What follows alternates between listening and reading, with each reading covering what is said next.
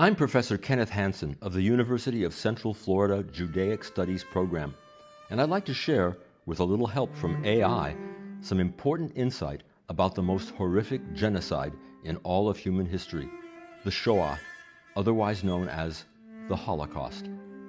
Let's imagine a character, a German Jew who somehow survived the camps. Let's call him Chaim, which ironically enough means life. He would have been well educated, assimilated into European culture, and in total shock over being targeted simply because he was a Jew.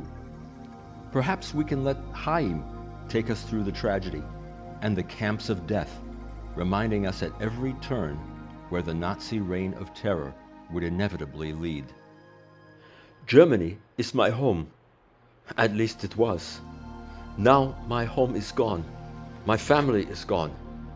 The famed Jewish poet Heinrich Heine wrote this. There is a deep affinity that prevails between these two ethical nations, Jews and Germans, who were jointly destined to create a new Jerusalem in Germany, a modern Palestine, which would emerge as the home of philosophy, the mother soil of prophecy, and the citadel of pure spirituality. How ironic.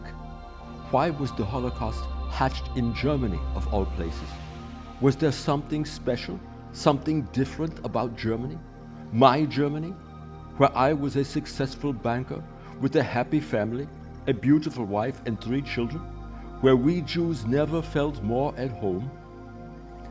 Historian, journalist, speechwriter, and author Paul Johnson wrote his classic History of the Jews in 1987, declaring that Germany after World War I was waiting for Hitler, and Hitler was looking for Germany.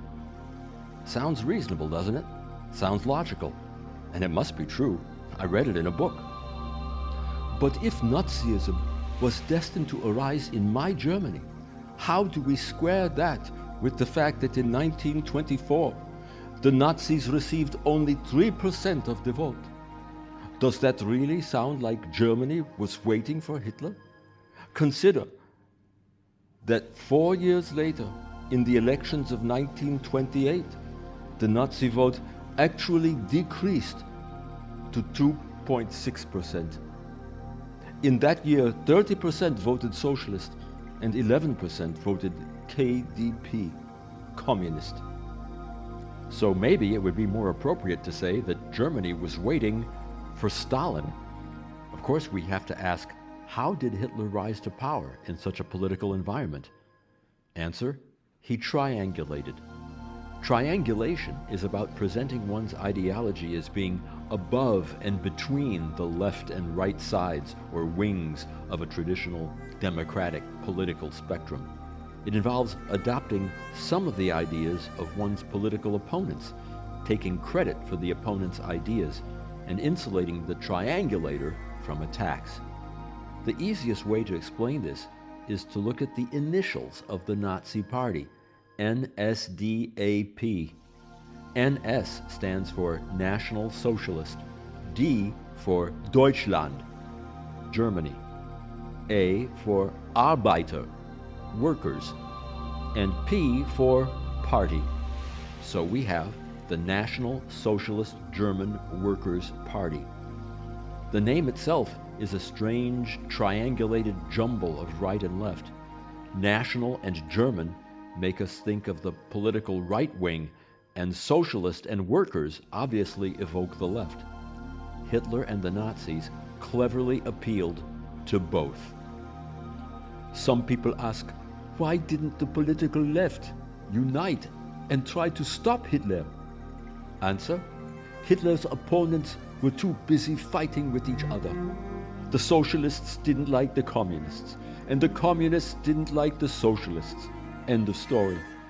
And Hitler, like any good politician, knew how to use just the right slogans to increase his appeal. Of course, he always employed the art of euphemism, in German Sprachregelung, making sure that he never said anything too openly. A good politician must also allow for some wiggle room.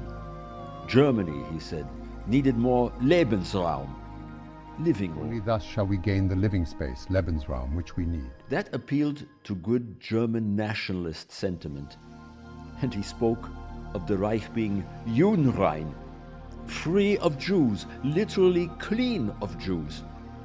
Perversely, he used the language of cleanliness, hygiene, call it political hygiene.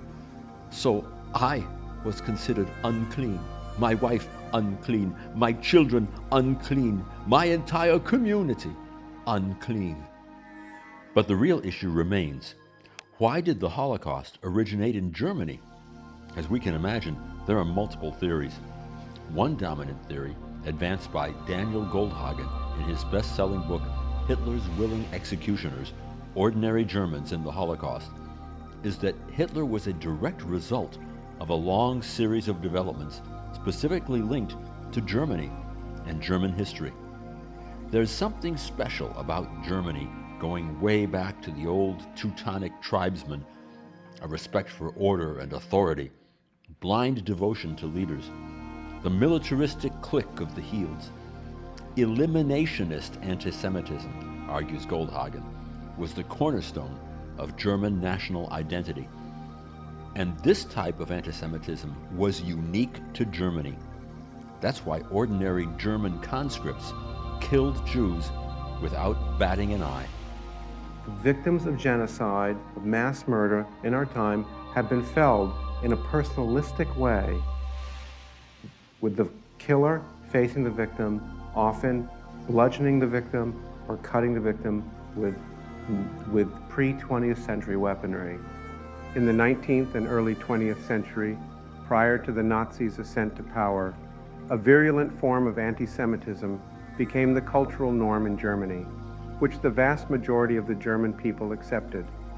The conclusion that we must draw is that the vast majority, not all but the vast majority of ordinary Germans during the Nazi period were prepared to kill Jews. The second school of thought, advanced by Christopher Browning in his book Ordinary Men, argues exactly the contrary. Hitler was a break from German tradition.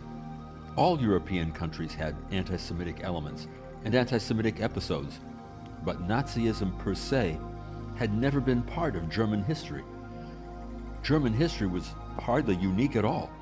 Consequently, something like the Holocaust could theoretically be possible anywhere. Goldhagen's constant invocation of cruelty does not, I think, strengthen his case for an exclusive motivation of singular German anti-Semitism. Indeed, if ordinary Serbs, Croats, Hutus, Turks, Cambodians, and Chinese can be the perpetrators of mass murder and genocide implemented with terrible cruelty, then we do indeed need to look at those universal aspects of human nature that transcend the cognition and culture of ordinary Germans. Consider the anti-Semitism and anti-Semitic violence that had been present historically all across Europe. In Ukraine and Poland, there was a horrific Cossack revolt in 1648, led by one Bogdan Khmelnytsky, and resulting in the wholesale slaughter of over 100,000 Jews. In Prague, there was such a legacy of anti-Semitic unrest that a legend arose regarding a Frankenstein-esque creature called the Golem, fashioned from clay by a great rabbi, and commissioned to protect the Jewish inhabitants from a murderous mob.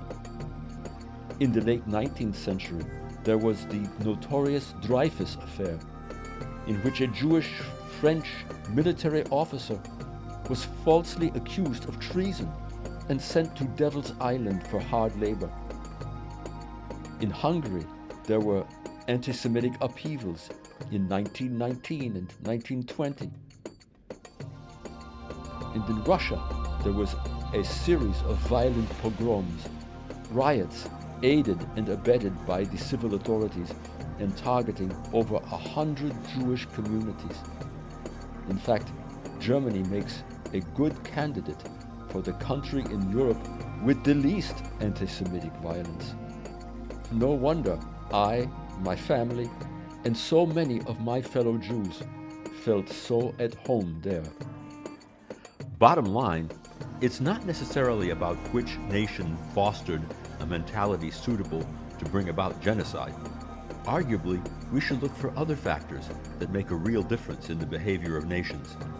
Do nations treat each other in such a way as to promote conditions that actually foster genocide?